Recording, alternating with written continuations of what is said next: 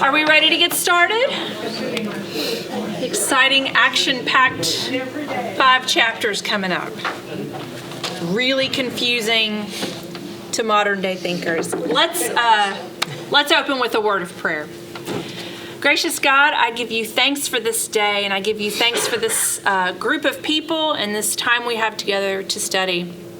I pray, God, you would be in this place, guide our thoughts and guide our conversation, God, that we would seek to know you more so that we would fall more in love with you and share your name with the rest of the world. It's in your son's name we pray. Amen. Amen. So I'm going to cover, as best I can, chapters 11 through 15. These chapters are on ritual impurity/purity, clean versus unclean. And they kind of bring together an elaborate network of cultural symbols that help set Israel apart from all of the cultures around them. They serve to remind Israel that God's holiness and their striving to holiness must affect all aspects of their lives. Overall, these things will have to do with possibly an association with death, though not always. And it's, of course, an issue because God is life. Being ritually impure, this is important, is not in and of itself sinful. Being ritually impure is not in and of itself a sin state. Being ritually impure is going to happen in everyday life. It happened to the priests. It happened to the common man. And the problem was walking into God's presence while ritually impure. That's why God gave Israel a way to be purified so they could again enter close to his presence. One thing to note, even with all these rituals, the heart of the person never changed. That's where Jesus will come in for us later. Chapters 18 through 20, which we'll get to in a couple of weeks, are also about purity, but they are about moral purity.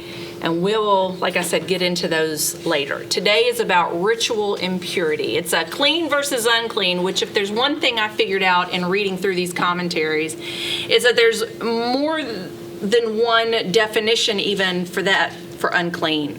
And while I won't dig deep into that because we don't have time for all of that, you're going to notice that some impurities or states of uncleanness required them to leave the camp, while others did not. So obviously there's some differentiation in just what exactly it meant to be unclean. But they do lay out for Israel very clearly when they were in a state that was incompatible with being in the presence of God.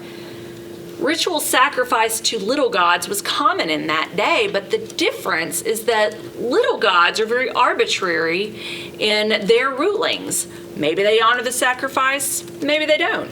Maybe you die from it, maybe you don't. But with God, it's very clear, and he was consistent. So, in a way, chapters 11 through 15 and 18 through 20 are a gift. There's no guessing. You know what God finds to be acceptable and unacceptable, and you know, without a doubt, how to rectify the unacceptable so that you can again draw near to God. Make sense so far? All right, let's go to chapter 11, clean and unclean food, the dietary restrictions. So why the differentiation? Well, I'll cover a couple of them up front, and then as we go, we'll talk about some other possibilities. Just know that no one explanation covers all of this. So some will say it's about health. That's a really common one you're going to hear today. Well, I mean, back then, if you didn't cook pork all the way through, you got a parasite. And obviously God knew that, so that was a problem. And let's face it, as much as we like crawfish and shrimp, they're bottom feeders. Of course they're going to be unclean.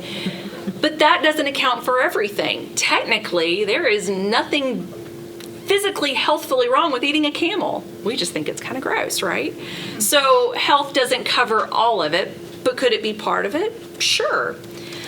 One other suggestion has to do with savagery, I guess you could say. Think about Deuteronomy, the verses of an eye for an eye, tooth for a tooth. The purpose of that was to place some order around the justice system. Back in Genesis, we have language that man was vegetarian, but by the time you get to the time of Noah, they're clearly eating meat now.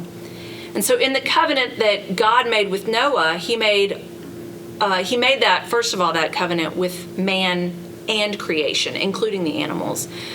But he sets a parameter around the consumption of meat. He says it's okay, but you can't take in the blood. That's the one and only parameter.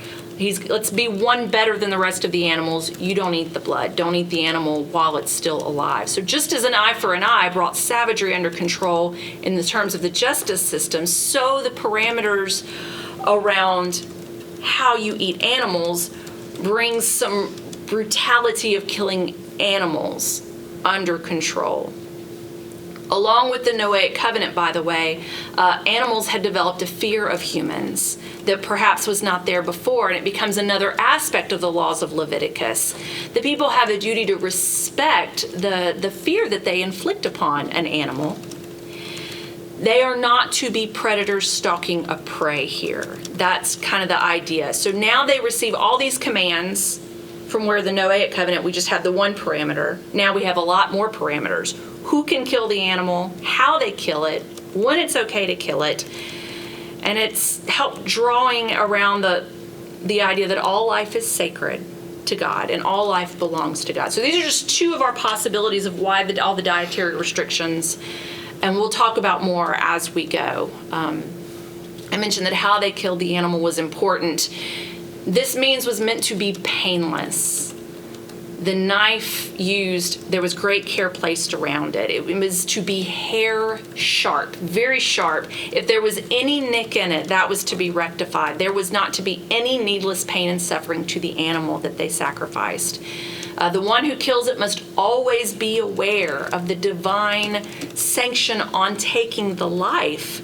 All of the limitations and requirement are hopefully to ensure that the few who were allowed to slaughter did not become immune to the killing, that they would not become themselves brutalized. At least in part, the hope of all these parameters helps tame the killer instinct in humans. They have a duty under the covenant of Adam and Noah to take care of creation, including animals, and respect all life on the planet. These laws protect the animals and take seriously the covenant between God and every living thing. So, you should notice as you read this creational language, we talk about land animals, creatures that swim in the water, the birds of the air, and creeping, crawling things. So it should have brought forth in your mind images of creation. And just as the creation story starts with one set and then moves to the next and then moves to the next, so does our chapter here. And it starts with land animals. They must have a cloven hoof and chew the cud. They're pastoral animals, things that graze. So obviously no pigs, as we talked about, they don't chew the cud. Camels chewed cud, but they didn't have hooves. They had toes. So those things were considered unclean. The purification instructions are available for touching the carcass of an unclean animal, but not for eating it. And if you want further laying out of what was okay and what wasn't, you can look in Deuteronomy chapter 14. Goes into even more detail about the animals that you could eat. Then we move to water creatures. Only fish with scales and fins were acceptable. No other creature underwater is allowed.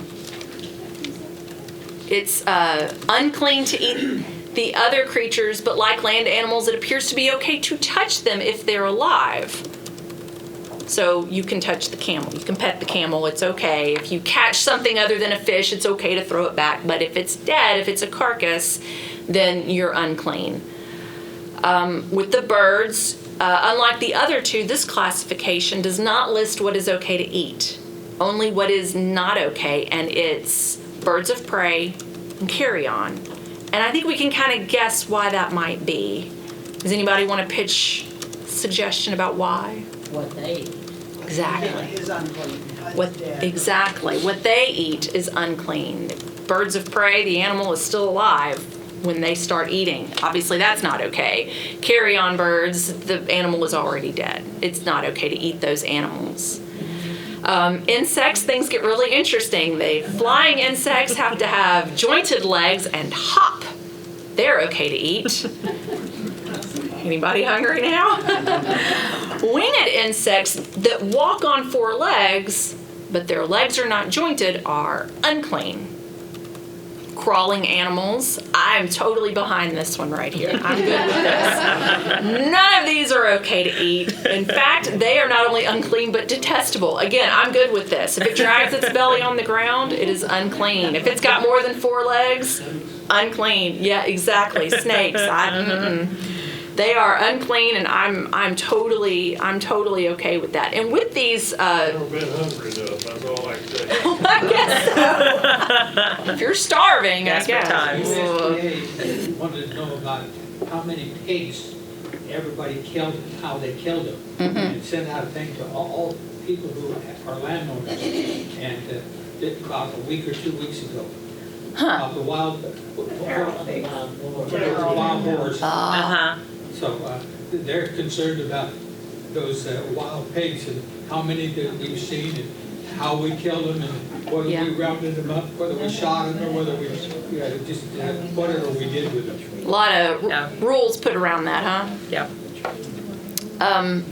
With our swarming animals, by the way, these creatures that were on the belly, that they were, like I said, not just unclean but detestable. So apparently it was really common for these to get into the cooking area and die and fall into your cookware or what you were cooking. I know, gross. So Well, that is what they're doing. anything made of wood that these are dead crawly things fell on, made of wood, cloth, skin, or sackcloth, could be washed and used again the next day. If it was earthenware, it could not become clean again. Your dead lizard fell in there, you broke the pot, and that was it. Same went for ovens and stoves, and I can only assume that it was because back then there was an element of earthenware to that. And just me guessing, it's because earthenware is rather porous. You can try to clean it, but are you really going to get it clean? So you just had to break those and you had a loss there. If they fell into standing water and anything else that was in that standing water, all of that was unclean and a loss. If they fell into a dormant seed, the seed could be salvaged, but if the seed had come into contact with water and the dead creature fell on that, it was a loss. And the assumption here is that because the water seed, life has begun, whereas with a dormant seed, it had not. So the seed could still be salvaged. And let's face it, that's a lot of seed to lose. And remember, this is ritual impurity. So it's not a sinful state. So why all these restrictions?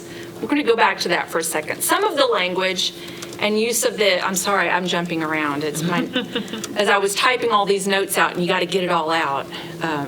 Some of this jumps around. Some of the language and use of the Hebrew word for holy suggests the dietary restrictions be in part preventative measures, keeping Israel looking like idolatrous groups.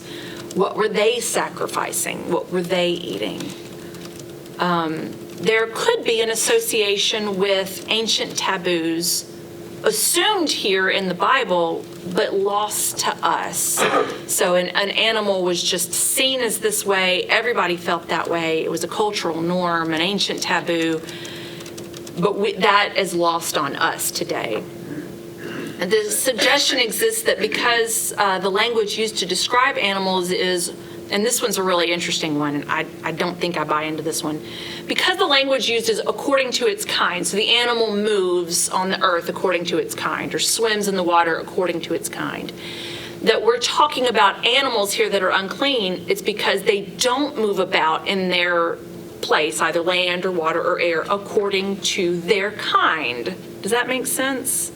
According to their what? According to their kind. So land animals versus water creatures. So a fish is an easy one to illustrate. Swimming underwater, that seems normal. How a seahorse moves underwater is very different to how a fish moves underwater. So it's seen as not exactly being according to its kind. So that makes it somehow unclean. Perhaps it's at some sort of disadvantage for protecting itself than the fish. And I take issue with this one because God created all life on this planet. Why would that be how he made them, make them unclean? So while this is one of the suggestions out there as to why some of these animals were clean and unclean, I don't know that I buy into it, but it's out there. You might come across it. Again, none of these fully give the answer, and there are issues with each suggestion. When Peter is on the roof and God let down the sheep that had all the animals in it. Right. We're going to get to that in just a minute. Yeah. He said that anything I made is good. That's right. That's exactly right. So, I take issue with this suggestion that's out there that I found in 3 of the 5 or 6 commentaries I went through brought this one up. And most people took issue with it, but it's definitely out there as a suggestion that these animals were odd and therefore unclean. But it doesn't quite Marie, ring do true. you think that all of these things were literally handed down from God, or did man kind of look at things and make up some of these rules? Well, so that's the question now, isn't it, as we look at Leviticus? That's going to come up again and again. Yeah. And I think, for me, the Bible is from God and is to be trusted. But And if, different translations also. well, there's different translations for sure. And that's why it's important to study. But God meant for anybody to be able to pick up his word and understand what he meant. And while, let's be honest, things get lost in the cultural shifts.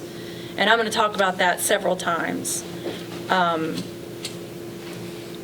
We should overall be able to look at this and understand what God wants from us, what God expects from us, and through reading it, develop a relationship with him that is one that is loving. And so while, yes, I personally think God did say these things, there are plenty of people out there who would disagree with me, and that's fine. So with that kind of argument, you could say that refrigeration made it all move. Made it all move. Well, for the health aspect, sure. Yeah. But the thing with the purification, with the unclean animals rather, and the way that, and I'll skip down to this part of my notes because why stop the discussion. The whole chapter ends out with the theological reason why. Be holy as I am holy. The ordinance end with this theological reasoning for why they keep these rules, and we're trying to strive to look different, to be set apart from everybody around. The Israelites are trying to aspire to a moral and ethical relationship with God's creation that reflects the covenant God made with all of creation, especially with those that live with the fear and dread of violence from humans. The dietary restrictions create a daily regimen that reminds the Israelites that all life is sacred. Daily practice such as this helps cultivate a holy people set apart and working each day to become more and more like God. So one other idea is put forth for the why. The regulations could all boil down to simple obedience, a divine because I said so. How many of us have said it to our children? Because, and this is the conversation Kyle and I had, God sees the bigger picture than we see. And one of these commentary, just like I see the bigger picture for my son of why too much screen time is bad for his brain, am I going to be able to explain that to a 4-year-old? No, he's not going to understand it, but I understand it. And so why do I say no to too much screen time? Because it's bad for him. And I know it's bad for him, and I know why it's bad for him. A rabbi was interviewed by one of these commentators, and he said, if you have not developed discipline in little things, what chance will you have for doing the right thing when you find a large sum of money that no one will know about if you keep quiet about it? Which to me kind of called about the parable of the talents, of one that was entrusted with much and one with little, and the one who was entrusted with little never got more to be entrusted with because he did wrong with the talents. And I think this concept is lost on the modern world of obeying God on this level. We don't like the idea of a cosmic because I said so. We tend to buck authority, don't we? And it could be why some people avoid Leviticus. All of these rules and regulations go against the way we think now. We want to do what feels good in the moment to satisfy the self. I read that it's about respect. In the Garden of Eden, Adam and Eve were not to touch that tree. And that tree belonged to God. Right. He said it belonged to him. And don't touch it. Yeah. But they touched it anyway, so it was a disrespect Sure. as well as obedience. Yes. But respect and obedience are kind of hand in hand. Agreed. And so all of these rules are really about respect. You know, this, I'm telling you, this is mine and that one's yours. You know, so in that sense, whatever God says is his, then, you know, that's respect that you leave it alone. It had nothing really to do with, you know, it could about health or, Yeah. you know, because I guess the apple in the Garden of Eden was really unhealthy for the human race, but, you know, in the sense that God says this is me. Yeah. You know, this part of it is me. And it's up to us to be obedient and respect that, regardless of how we feel about it, because that's where we get in trouble. Right. Is when we start questioning why God When we says think what we he's- know better. Right, well, why did Yeah. he say that, you know? Yeah. And I think God invites questions, but it's the thinking we know the better way. And could everybody hear what she said about it being about respect as well as obedience? And I think that's an excellent point to make. And God makes that point from the very beginning. Once Adam is created and he takes all of the animals and walks them by Adam, and Adam, you know, names them and whatever else. And the dictate that he gives to Adam is to take care of the land, to work the land, the creation, to take care of all of the animals, all of the things that God created. Yeah. It was Adam's responsibility to have respect over those things. Now he gets obedience over them because he has authority, but he's to take care of them and take care of them well. And then when they disrespect and disobey God, then some of the consequences is that you still have to take care of those things, but it's not going to be as easy as it was. The land is going to rebel against you. Creation is, the animals are going to stalk you, those kind of things. So there was from the very beginning, God is saying, my creation is to be cared for and respected, and our role as humans was to take care of and respect those things and obey what God said in regard to them. Right. Absolutely. I think stuff like this is so hard for us to understand, of why this animal and not that animal, and the whole idea of ritual purification gets lost on us. But that we are now, and I'll probably end up saying this again because it's somewhere else in my notes, so when we get to it again, just roll with me. We don't keep ritual purification laws now. Jesus said it, and then we get Peter's vision in Acts chapter 9 about it, where all animals are unclean. And Jesus says it's not about what you put in, it's not about what you eat that makes you unclean. It's not even about what you touch, and we'll talk about that with skin disease in a minute. It's about what you put into your heart, what comes out of your mouth, what you say, and it's a heart issue. But make no mistake, you are now the tabernacle. So purity still matters. It doesn't look like this, but it does still matter. Purification of your heart does still matter in order for you to be a place where the Spirit dwells. You still need to be concerned with purifying your heart. What are you putting into your mind? What are you putting into your heart? What comes out later, not only when people are listening, but when people aren't listening? That is still a purification issue. It just looks very different from here, where God is trying very hard to set his people apart. And there is language in the Old Testament that his whole intention for these people was not to keep them in this bubble over here. It eventually was to be a blessing to the rest of the earth, in that they would take their set apartness and go out to the rest of the world and spread God's name. That was the intention all along. He was going to just start with Israel. But Israel blew it, and then blew it, and then blew it, and, then Jesus had to come. We're supposed to make things right with our neighbor or anyone we have issues with before we come to communion. Isn't that in there somewhere? Used to be, we had to say that before we did it. I remember that. Us Maybe we don't. old people remember. Oh, we know what we're talking about. Right. So, Jesus does say, to be forgiven, you must forgive. And there is definitely language, even in the New Testament, about if you are praying and you are seeking forgiveness, but you have something against someone else, you are to leave and go handle it before coming back. So while I'm certainly not going to throw any stones, it's something to think about.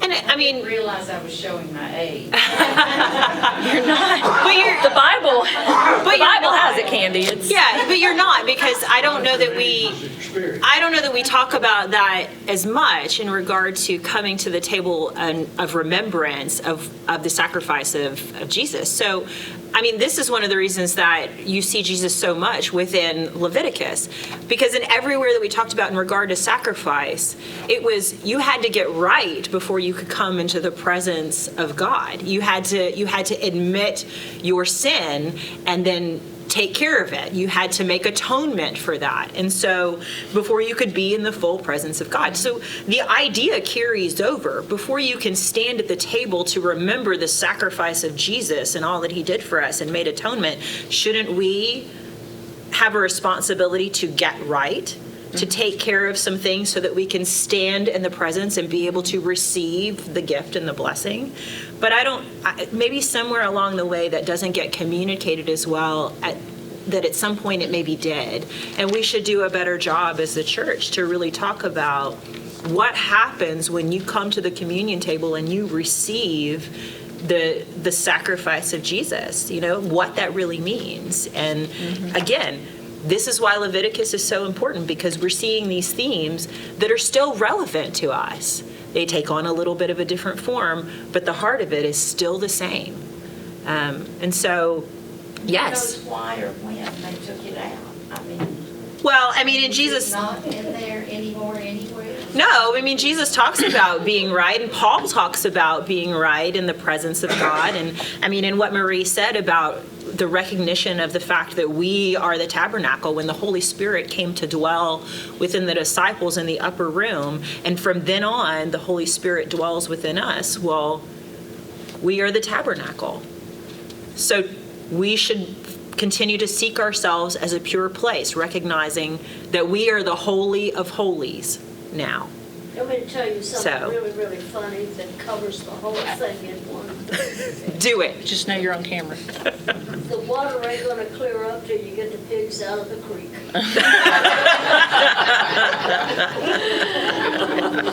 All right. So, get the water, get the pigs out of the creek. Yeah. One of these things about these regulations that is true for most of what we're going to talk about. We're already 30 minutes in, and we've got 4 more chapters to go, FYI. Is that once the people went into captivity in Babylon, the great thing about these unusual rituals that we don't understand is that most of them were portable.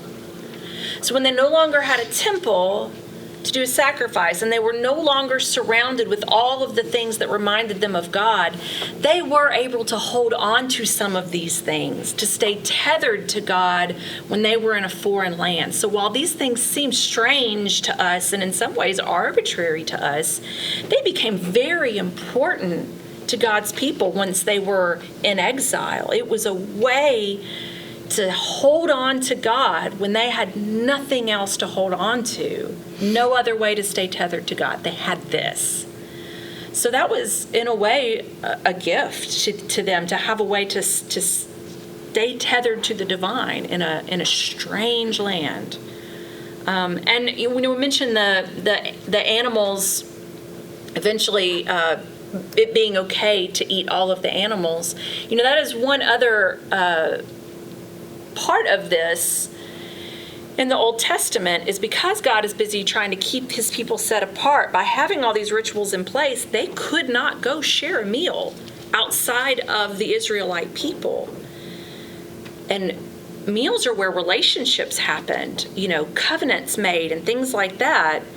And they're not able to do that back then. And he was trying to keep them from adopting those customs and those other little gods and things like that. And this was a really great way to teach them what it looked like to be set apart from those other cultures. So this accomplished a lot. It doesn't make a lot of sense to us in terms of why this animal and not that animal, but instead look at it overall of what it accomplished and how it helped them, and that striving towards holiness.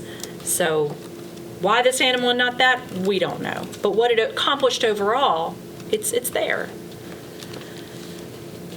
Okay, any questions before we move on to a topic that's going to make you squirm? I will say one other thing that I read about the animals. It said that it doesn't count if the animal is not a domesticated animal. If you're out in the wilderness and you decide to go hunting and you kill something, that's not an acceptable sacrifice because it has no value to Right. you. It didn't cost you anything. They didn't accept animals that were wild animals. Right. Huh. Makes sense. So it had to be something that It's you, domesticated. That you cared about. You owned for, yeah. Probably had enough land to- Can't bring a wild boar to the temple for sacrifice.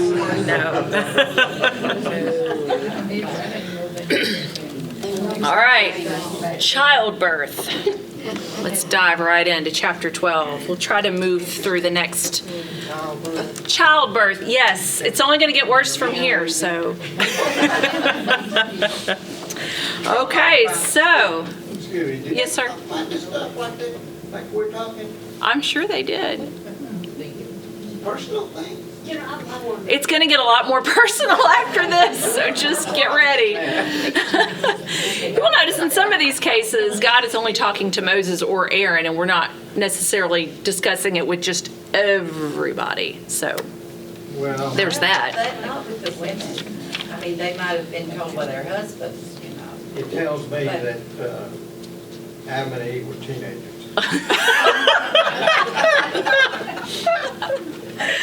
Get all the giggles out of your system. Let's be adults. Here we go. All right. Woman gives birth, and she is unclean for either 7 days with a son or 14 days for a daughter. Why? We don't know. There was no good solution in anything I read, really. After 7 days, of course, on the 8th day, the son is circumcised and brought into the covenant. So we know that's a differentiation, but it still doesn't say why a woman was unclean for 14 days when she's had a daughter. Now, there is potential lineup for when we get to chapter 15 and we talk about more uncomfortable things, but we'll get to that then. I will say that the negative view of this as a gender bias is a modern day cultural issue that was not necessarily around back then. So yes, sons contributed to the economic status of a family. Sons did hard physical labor in an agricultural community. So was there a favor or a preference there? Yes. Did that automatically mean girls were not favored or viewed negatively? No, it did not. So while there is, yes, a preference for males because they can work the land, it didn't necessarily mean that daughters were viewed in a negative or ugly way. So why the difference between the 7 and the 14 days? We do not know. We do know that the mother was not in a sinful state. That is not why she's set apart. Discharges are unclean. It's just that simple. It's the discharge, and with the loss of blood, she is not whole. So she has to be set apart for a time.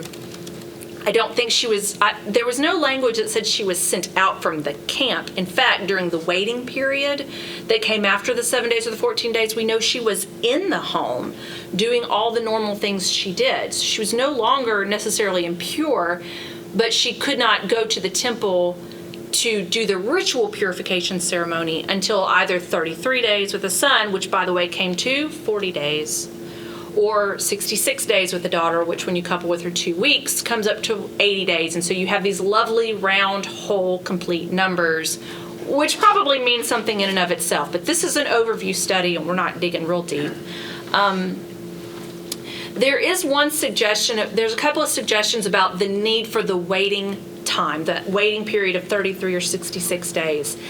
Some commentators see the way we move through 11 through 15 as first we're dealing with, is pointing back first of all to Genesis, the fall and the curses. So we start with animals and the cursing of creation, animals fearing humans and death affecting everybody. And then the curse moves to Eve and her pain in childbirth. And then we talk about men and, the labor, the sweat of your brow. And here Leviticus is moving from animals, creation, to women in childbirth. And then the skin diseases talk primarily to men, by the way. Only twice does it say man and woman. And so the possibility is that with most of these skin diseases, it was just the men and not necessarily the women. And so with the idea that this could be pointing back to Genesis, some commentators see this waiting time as a time for the mother to reconnect with her need for God.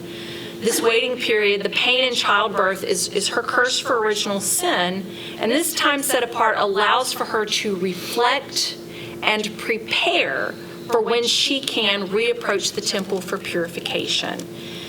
And so, of course, the bleeding is an unclean state, and so that we need the ritual sacrifice to purify the temple, but she is not in a sinful state. But perhaps this gives her space, first of all, to just be alone with God. Not alone, she's not sent out from the camp, but to reflect on her need for God. But then also another possibility has to do with the fact that she is in a vulnerable state post-childbirth. Especially back then, we are more prone to infection and death after childbirth than at any other time. And so not only is the waiting period not meant to be seen as negative, it's meant to be seen as protection during a time of vulnerability, to spend time with God, to spend time healing. And then she can approach the temple and give 2 sacrifices, a burnt offering, which was likely a Thanksgiving offering for the birth of the child and for the health and safety of her and her child, and then a purification offering, not a sin offering, purification, which allowed her to resume every aspect of her life in the community. So don't read childbirth and all of this impurity as a negative thing. It is not a sinful state. Marie, considering that childbirth was so much more rugged And traumatic. Today, Absolutely. that a lot of this was purely a matter of practicality. Absolutely. I think that is part of it. Practicality. Sure. And if she has more time to reflect after a girl, that makes girls more important. How about that? Well, and okay, so some commentators did say that. Woman is the life giver. So some commentators did go to that. I have to not pick and choose. I try to synopsize as much as I can, but some of these things take us into a deeper level that would make this Bible study like 15 weeks. But some commentators did go there, Pat. Proverbs gives a woman a pretty good pat on the back. Lady wisdom, And yes. if the man's pretty good, he's got a good wife behind him. That's right. We agree wholeheartedly. Okay. A lawyer tell me not recently, but in the last 20 years that women's lib did more to bring woman down than it did. I have heard that too. And when we talk about chapter 15, we'll hopefully show you ways in which Israel was actually more progressive than those around them in the way they treated women. So, we're getting short on time. Defiling skin diseases. Aren't we having so much fun? Okay, so there are attempts to identify what these skin diseases are, and there is this desire to believe that we can point to it and say, that is psoriasis, that is, all these different things. And the truth of the matter is that's probably not correct. Most of these skin diseases, if in fact they were diseases, would not have healed in the way that this suggested and in the time period these people would have been sent out of camp, nor are any of those things contagious. So we see here an impurity that is seen as contagious because these people are sent outside of camp. So I've got a visual on the board that is a circle. The center is holy, and that is where our tabernacle is. And then the next circle out is the encampment. So it's the common people of Israel, but they are still holy by comparison to our next circle out, everybody else, and outside of the camp and then everybody else. And so when you have a contagious skin disease, you've got to move outside some circles there away from the holy. You don't want to bring your impurities into the tabernacle and possibly also infect others. With literal skin disease or with ritual impurity, not exactly sure. Both kind of seem to be a possibility. None of these skin diseases were probably contagious, though. But maybe that was the belief. And and so that could be. But we're talking about. Some of those are flaking. But one thing I can tell you is it is not leprosy. I can tell you it is not leprosy. Leprosy was incurable back then. And these diseases could obviously be cured. So it's not leprosy. And also, it is suggested that leprosy hadn't even been introduced into this area until much later after this time. So we know, the one thing we do know, it's not leprosy. It is a specific word, and a Hebrew word that I didn't write down, and it's the same word that gets used with the fabric and with the houses. Even though we're talking about flaking versus molds, the disease word in Hebrew is the same. But the Bible specifically says, mine does, leprosy. Some do. It was a catch-all word. It was a catch-all word, but we know it wasn't is it Hansen's disease? Yeah, it's not that. Hansen's disease. It's not that. Several skin diseases. Yeah. What I read about all that was,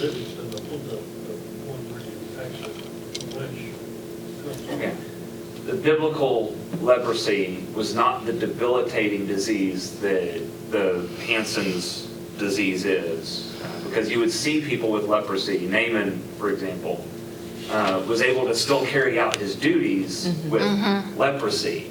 He just had skin stuff happening. So it wasn't this complete debilitating, attack your entire body kind of thing like we call leprosy.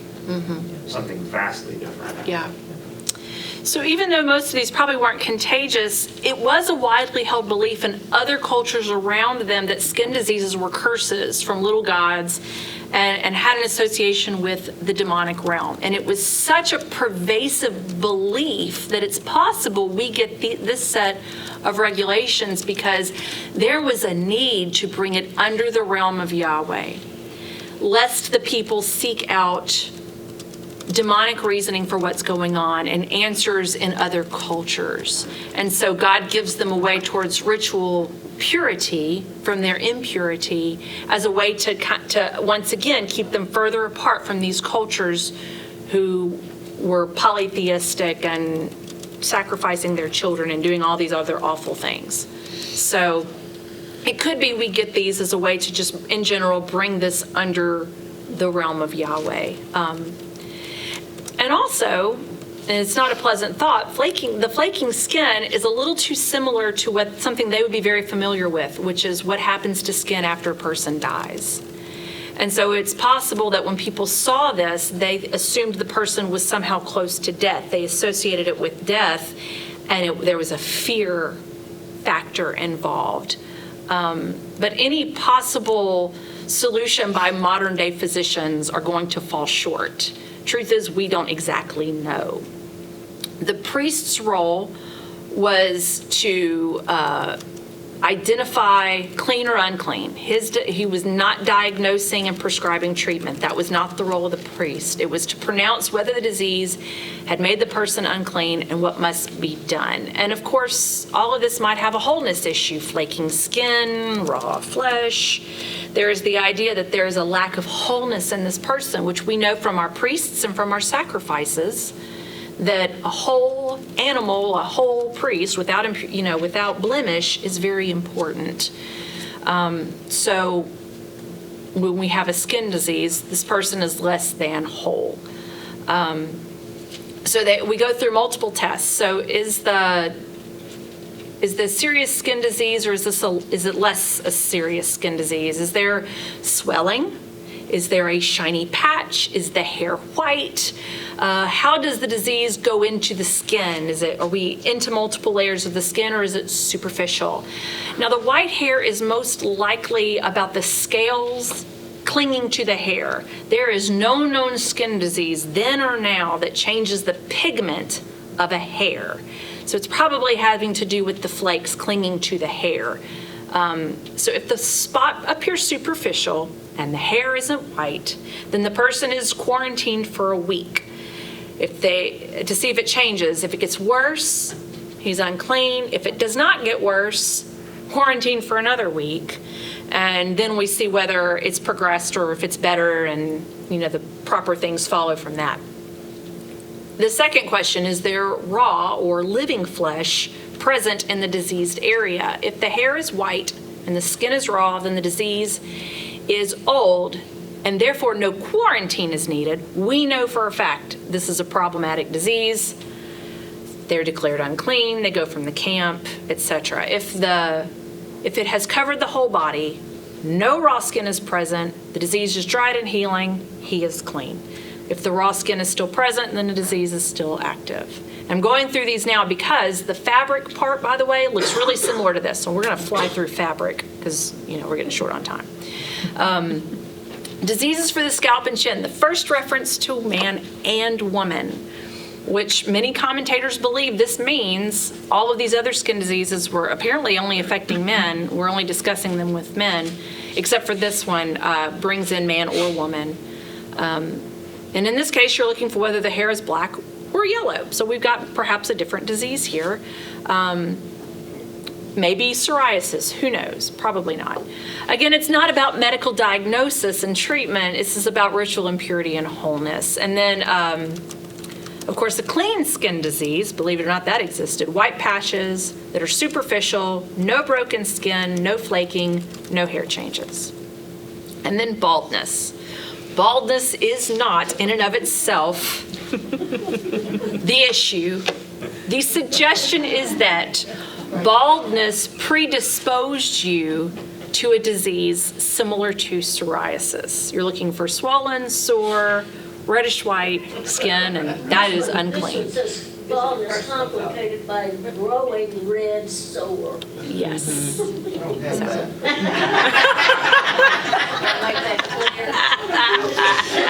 Okay, so the unclean process, because this is arguably the more interesting, unclean to clean process. So he's set apart from the core camp. We've moved outside our circles of the holy. He must go into a state of mourning, tearing clothes, hair unkempt, even covered the mouth. This is mourning. He's in a state of mourning because he's set apart from what he knows he needs, his community and his God. So he's kind of moved into something of a living death of sorts. And yes, he does have to announce, if anybody's coming close, that he is unclean. He is banished from the presence, much like Adam and Eve are banished from the garden. But to me, the cleansing process is the most interesting part of this. It's, of course, not curative, it's ritual. It's seeking purification, not medical treatment. Once the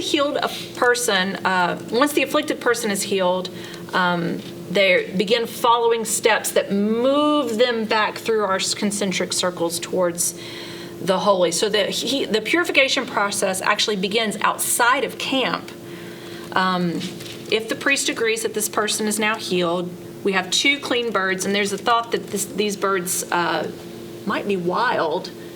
One of the birds might be wild because the one that is set out, that is freed, they don't want it coming back.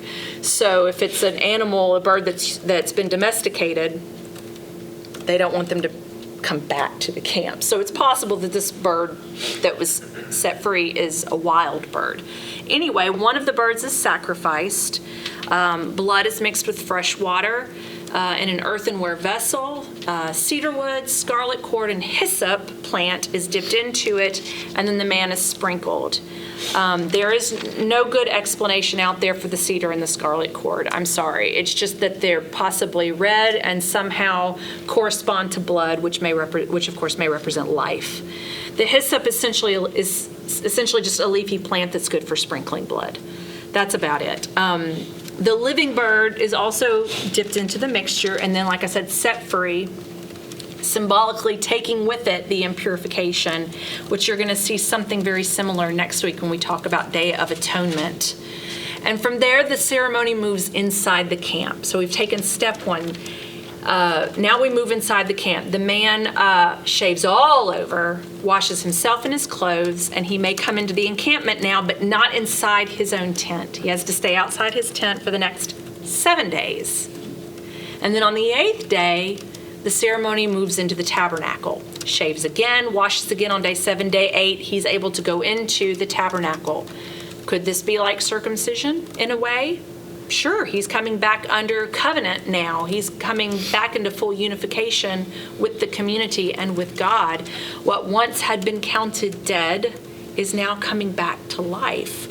So all the mandatory sacrifices are present now. We have our burnt offering, which brings about reconciliation, our purification offering, which accomplishes the purification of the temple space, from the pollution of the uncleanness. The cereal offering, which is seen in this case as kind of a pledge of allegiance to God and the covenant.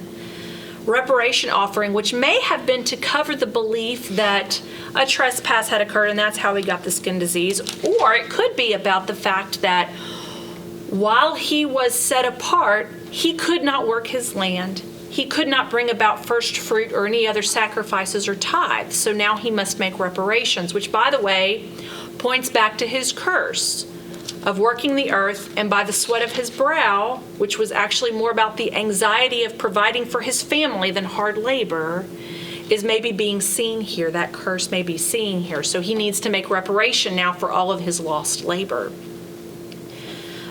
Which, of course, by the way, his labor would bring food to the priests and money into the temple, which he wasn't able to do while he was away. Blood from the wave offering of the lamb is then placed on his right lobe, right thumb, and right toe. And that should bring back into your mind the ordination of the priests. And then oil is applied the same way. The blood united the man with the altar, and the oil represented the union between God, the priest, and the man. And now he has been restored. He's moved back into full restoration with God and the covenant. And one drawing to New Testament times, Jesus heals lepers. But notice he kept the law with them by sending them to the priests to be made ritually clean to resume worship in the temple. And also notice that when Jesus healed the leper, he touched that which was unclean. The holy interacted with the unclean and made it clean. And so clearly something has changed at this point of God coming into man. Okay, any questions before I move us real quick through fabrics and houses? Okay, same word is used as skin disease. If everybody knows we're talking about something that's red or pinkish green, we're talking about mold and mildew here, right? We kind of know. So one interesting thing is in the ancient Near East, there is a strong integral connection between a person and their garment, such that a person back then could take the hem of their garment, press it into wet clay, and use it to sign a legal document. So finding a mildew substance in their fabric would obviously be an issue and take us kind of into the realm and the same thinking as a problem with skin. Also know that we're getting ready to go into the promised land here, an area that had tropical places. So there's moisture, and so mold and mildew are going to be an issue. So we need to have things in line for mold and mildew regulations. If it's found, it's brought to the priest for 7 days. Just like with the skin disease, if there's question, there's isolation. In this case, the diseased fabric, if it doesn't come clean from washing, is cut away and burned. If the mildew or mold shows back up in the fabric even after that, then the whole thing is burned. Notice no purification ritual. The person is not unclean, only the fabric was. And there was a quote from one of the commentaries, Gordon Wenham, when a man was afflicted with a disfiguring skin disease, he did visibly fall short of the glory of God, Romans 3:23, the glory that he had been given in his creation. His banishment from human society and God's sanctuary was a reenactment of the fall when Adam and Eve were expelled from Eden. The infection of garments and houses with skin disease served as a reminder of the interaction of man and his environment. Through Scripture, human sin has implications not just for mankind, but for the rest of creation. And then that kind of brings us into houses, where we now have God saying, when you enter the land of Canaan, which I am giving you as your possession, and I put a spreading mold in a house. Sorry, no commentary had a solution for this one. Not one. I went through 5 or 6. All of them said, hey, look at this interesting statement. Moving on. That was it. There was, look at this. This is interesting. We don't know why. And they would move straight on from there. Why? Oh, they would just draw attention to the fact that there may have been a reason for it, but we don't know it, and something is clearly lost between us and what happened here. Why in the world would God afflict the house? So if a mold or mildew is found in the house, no sin offering, no sin sacrifice is required, but there would be a purification offering for the temple. Of course, the same word for diseased fabric and diseased skin is used here, and we're obviously talking about mold and mildew. Unlike the fabric, it does seem it can spread to the people. So anyone who went into the house would be unclean till evening, but it was simply a matter of bathing, and then that evening, when the new day started, you were clean again. So notice, even your priest had to go into this house to declare whether it was clean or unclean, and then he himself was unclean until evening. And then the purifying of the house was very similar to skin disease. We've got 2 birds, cedar wood, scarlet yarn, and hyssop. The house is sprinkled. Of course, we have the cutting away of the area. You tried to salvage the house. You cut away the area of plaster, which, by the way, is what tells us we're in Canaan at this point, one of the ways. And if it continued to come back, then the whole house was a loss, and you had to tear it down. But if after tearing away the diseased part and you replastered it, it stayed clean, then you could do the purification ritual for the whole house. So the total life of the Israelite is striving to be in communion with the divine, and it mattered that everything in their environment was to be clean, and it mattered that all they surrounded themselves with, including their very walls, synchronized with the divine. So can we say the same about our own lives and everything we surround ourselves with? Do all our interactions, everything we see and everything we put into our hearts and mind, every aspect of our lives point to God?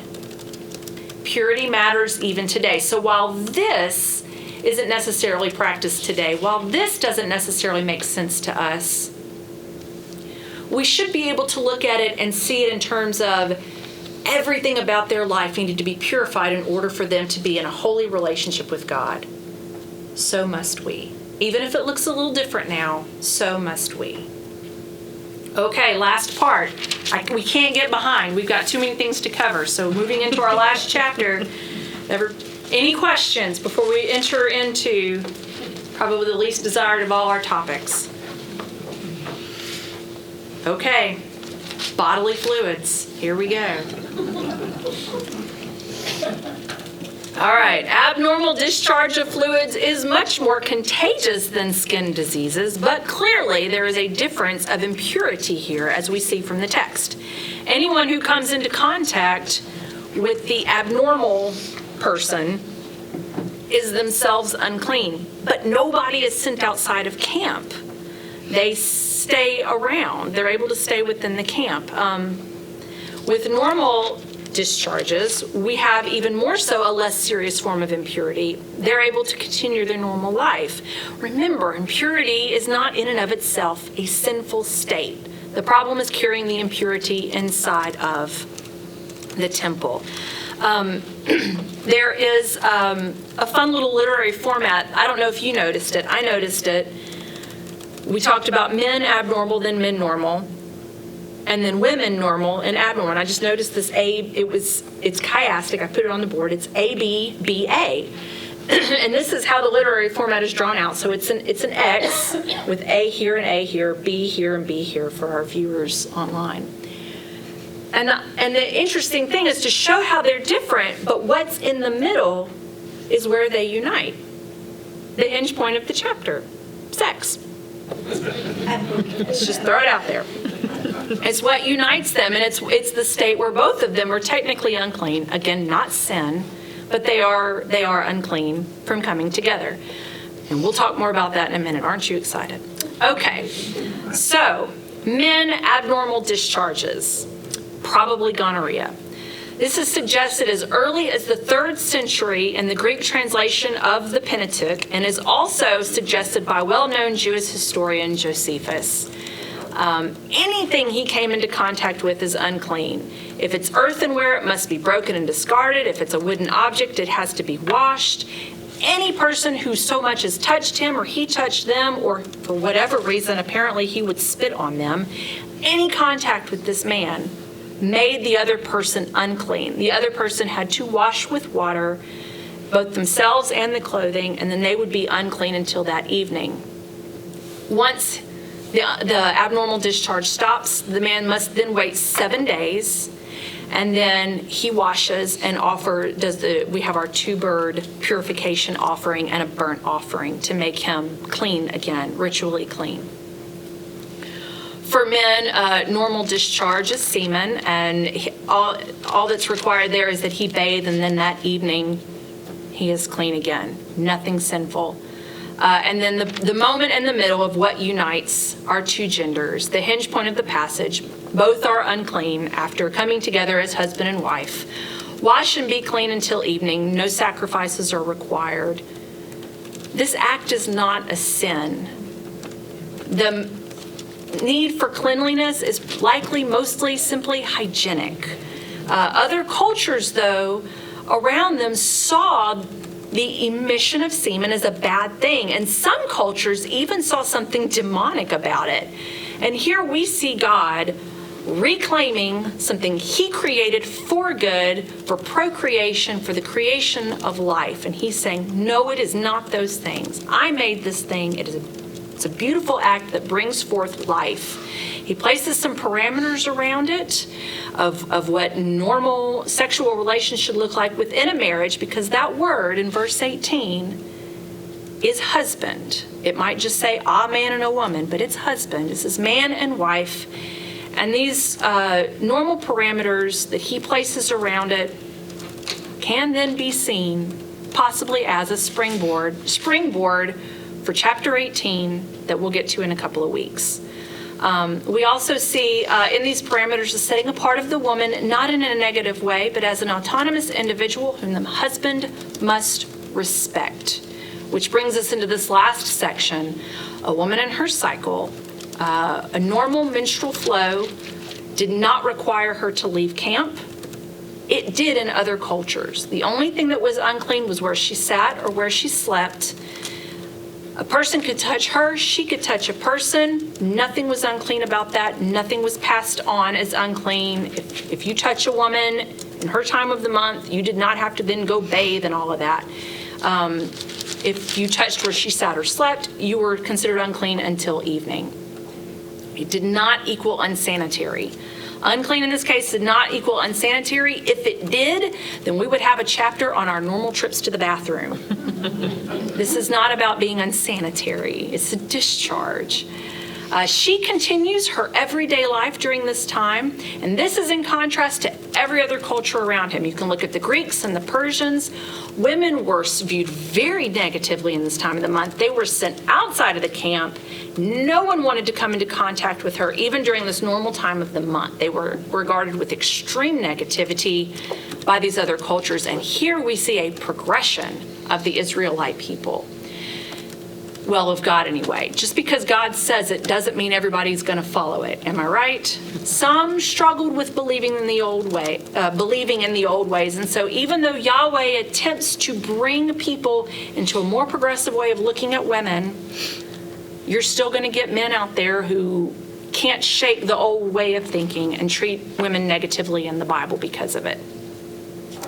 There are two opinions on the length of time. It just says for 7 days. Is it the 7 days of her normal week, or does she have her week and then it's an additional 7 days, which would bring us to 14 days of ritual uncleanness for her?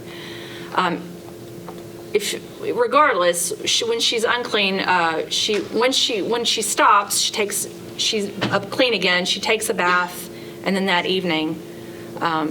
And that idea of just 7 days matches up more with, at the end of the 7th day, that evening she becomes clean, matches more up with the normal male time of uncleanness. If it's the 2 weeks, it lines up with our period of childbirth with the daughter, which means when she's unclean for 2 weeks with her daughter, that's actually normal. It's the only 7 days with the boy that would be abnormal. So it's also interesting that if it's 2 weeks that she's considered unclean, she's set apart in that she cannot have relations with her husband during that time.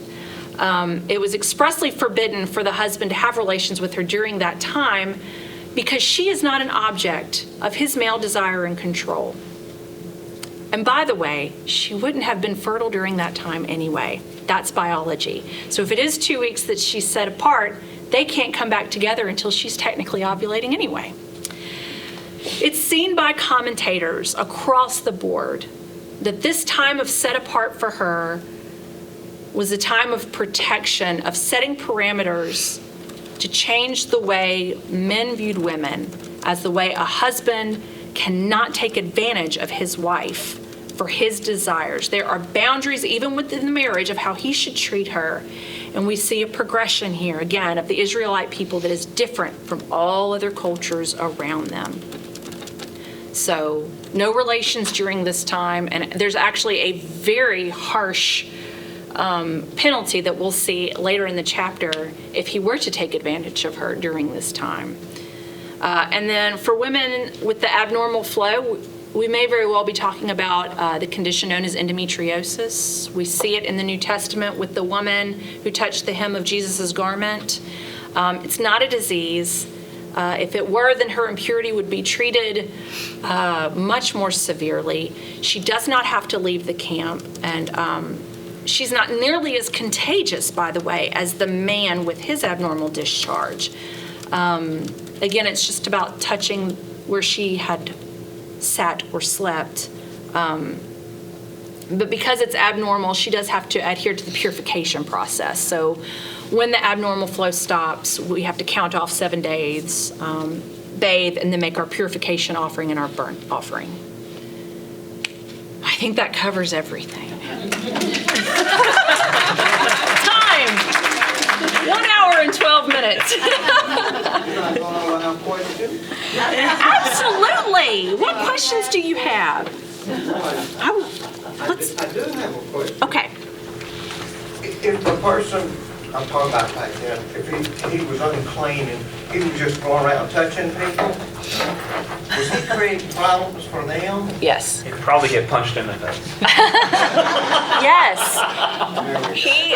Everything he touched was then unclean, which would make it unusable if it's an object until that evening. And if it's another person, they're then What unclean. happens if nothing, till that evening, you say? Yes, which means if they had to go do something at the temple, they couldn't. But what if you didn't do anything and you got into the next day? Are you unclean then? If you didn't do your purification, which in that case was just bathing. Yeah, I would say so, probably. But you also have to think about, it's not just that that person is creating problems. That everything works within community.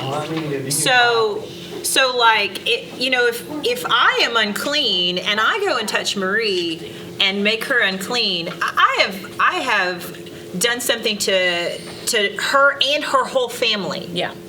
Because she has to now be set apart. So I've disrespected her and her family of a part of a community that I should respect and care for. This is what a lot of this is as well. I mean, you live within community, you take care of each other within community. I mean, one of the ideas of that are obviously already is that the community takes care of all of the priests. They don't have anything else. So the responsibility of the community is to care for them. But the responsibility of me in community is to also care about the rest of my community. I want us to live and be successful, and if you do something to me that causes me to have to remove myself from my family because I've become unclean, I can no longer care for my family. I can't feed my family. I can't, and then they have problems. So I have disrespect for the rest of my community. So this is setting up this issue of think about what you do before you do it. Yeah. Because it has effect for others. You are your brother's keeper. That's right. Are. That's right. Any other questions? I made a note to myself that goes along with this. Obedience to these laws protects the community. It does. That's what you're saying. Yeah. These laws protect the community. They make them look vastly different from everybody around them as being a set-apart nation of God. You couldn't look at an Israelite and not know you were looking at somebody different, especially in the way they conducted themselves in their everyday life, which is the point of a lot of this. Set apart for a greater purpose. All right. Is that we good? We're good. You want to close this in prayer? Sure. Let's pray. Father, we are so thankful for this time to open your word and to deal with some things that we don't quite understand because they're some of the culture is very different from what we understand. But at the same time, you are a God who is still alive and active, and for that we are thankful. And so as we continue to read and study your word, would you just make yourself so much more known? May we see your holiness in ways that maybe we haven't before, and may we desire to be people who are set apart and holy. And in our daily life, help us to see maybe where there's some places that we are acting outside of that, some things that we need to change, some actions, some conversation, whatever that may be, God, because I know ultimately our desire is to draw even closer to you. May we be your dwelling place.